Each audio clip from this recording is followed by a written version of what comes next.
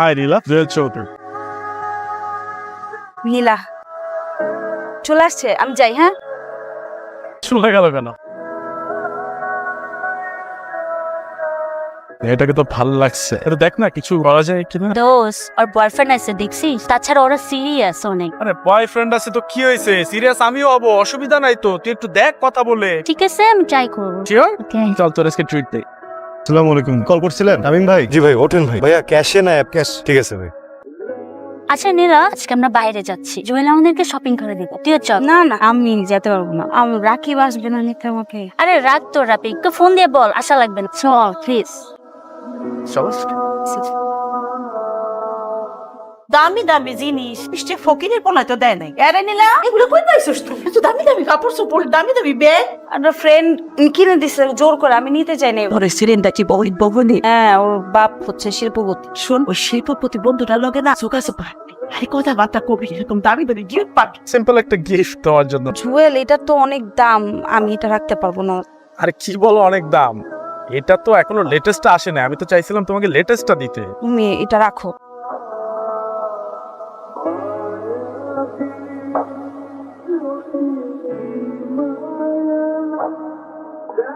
রাখি এবং করতেছে না কেন?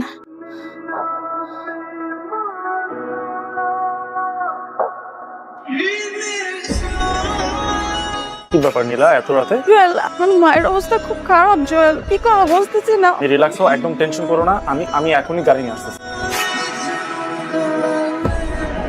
কোনো মাই তার সন্তানের খারাপ চায় না, আমিও চাইনি।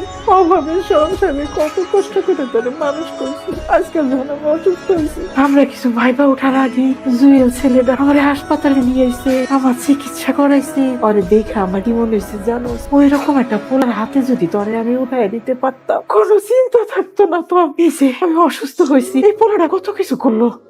আর তুই যারে পছন্দ করস, সে কি করছে? সে একবার কোনো খোঁজ দিছে, ফোন করছে, শ্বশুরের আইসা আমার একটু সেবা করছে? করে নাই। আর করবো কোথেকে? আর কি কোনো ক্ষমতা আছে? তুই যদি তোর মতো চলস, তুই সুখী হইতে পারবি না। তুই যদি জুয়েলের মতো ছেলে বিয়া করস, সারাটা জীবন শান্তিতে থাকবি। এখন তুই বুঝ, তুই কি করবি?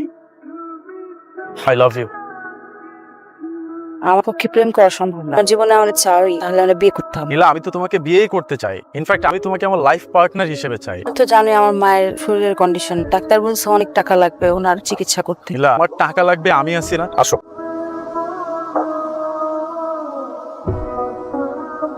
ভালো আছেন ভাইয়া? নীলা কি ক্লাসে? নীলা তো আজকে ক্লাসে আসেনি, ও হয়তো জুয়েল এসে গেছে। জুয়েল তো আজকে ওকে প্রপোজ করেছে, হয়তো ওরা একসাথে ওর বাংলোতে আছে। ভাইয়া নাও তো ধরো, কান্না করার সময় না।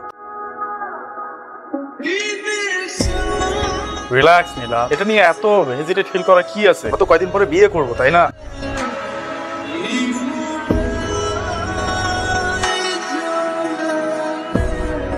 কেন করছো? আমি কোনোদিন ঠকাইছি? আমি কোনোদিন কষ্ট দিচ্ছি?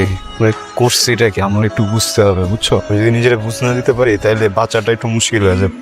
আমার ভিতরে কি যেন একটা হইতেছে, এই জায়গায় কি যেন একটা হয়ে গেছে। তোমার কাছে কি এমন কোনো কথা আছে যেটা যদি বলো আমার এই জায়গাটা ঠিক হয়ে যাবে? কোন ক্ষতিটা করছি আমি? আমার ইচ্ছা, আমার একটাবার বলো। আমার তুমি বলতে একটাবার আমি যোগ্য না, আমার হইতেছে না, ভালো দরকার।